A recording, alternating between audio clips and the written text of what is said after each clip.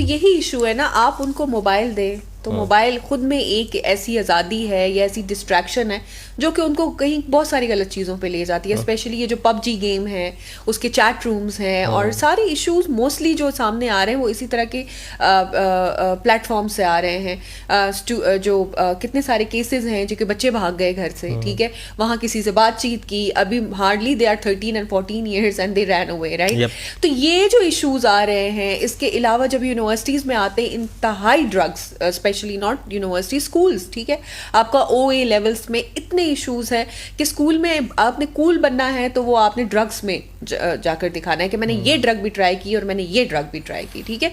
वो इश्यूज एक दूसरी तरफ में वेपिंग स्मोकिंग तो अब बहुत पीछे की बात रह गई है ना। वेपिंग आपने ये नहीं है कि आपने वेप किया है तो ये आपने कोई तलब के लिए किया, जब तक आपने वो उसकी जो छोटी सी गैजेट है वो उठा के कूल से धुएं नहीं मार दिए, पूरा एक ट्रेन नहीं आप बन गए, आप कूल नहीं दिखे, ठीक है। This cool thing have deliberately teenagers को जो है, और स्पेशली वो डरते हैं कि कोई भी ना उनको लूजर ना कहे या डॉग ना कहे, ठीक है। These are the words that are used over there very commonly. वो ना कहे, उसके लिए उनकी जान जाती है, जाए आइस करके वो अल्लाह ना करे वो मर जाए, लेकिन वो कूल बनने से वो ना रुके पीछे।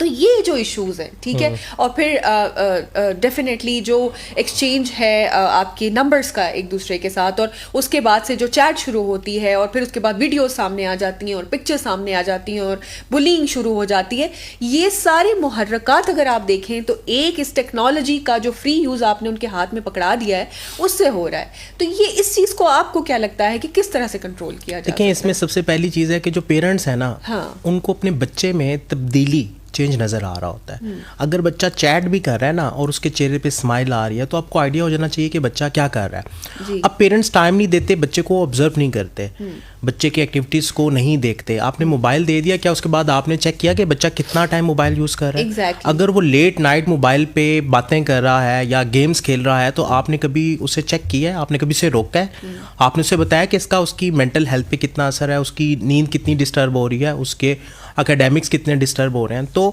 चेक एंड बैलेंस ना होने की वजह से ये चीज़ें आती हैं। अमूमन जितने भी इस तरह के केस आते हैं वहाँ पे देखा गया कि पेरेंट्स जो हैं बच्चों पे इतना अंधा एतमाद करते हैं और वो चीज़ों को चेक नहीं करते, जिसकी वजह से बच्चे अपनी डायरेक्शन में चल रहे होते हैं और बात तब सामने आती है जब चीज़ें हाथ से निकल जाती हैं। तो वाई नॉट कि आप डे फर्स्ट से बच्चों को कंट्रोल रखें। आपने मोबाइल दिया, आपने बाइक दिया, आपने गाड़ी दी, तो क्या आपने चेक एंड बैलेंस रखा? बच्चों को आपने साथ साथ चेक किया कि बेटा भी कहाँ हो?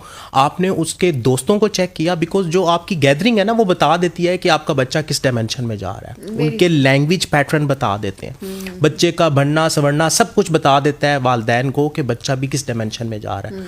अब पेरेंट्स टाइम नहीं देते, आंखें बंद रखते हैं और जब हाथ से चीज़ें निकल जाती हैं तो फिर कहते हैं कि ये टेक्नोलॉजी का कसूर है या ये इन्वायरमेंट का कसूर है। तो इसमें आई थिंक कि सबसे पहले रिस्पॉन्सिबिलिटी वालिदैन को लेने की ज़रूरत है। टेक 100% रिस्पॉन्सिबिलिटी, बिकॉज जब तक आप अपने बच्चे की खुद जिम्मेदारी नहीं लेंगे कोई भी जिम्मेदारी नहीं लेगा। ऐसे ही है, बिल्कुल ट्रू। एंड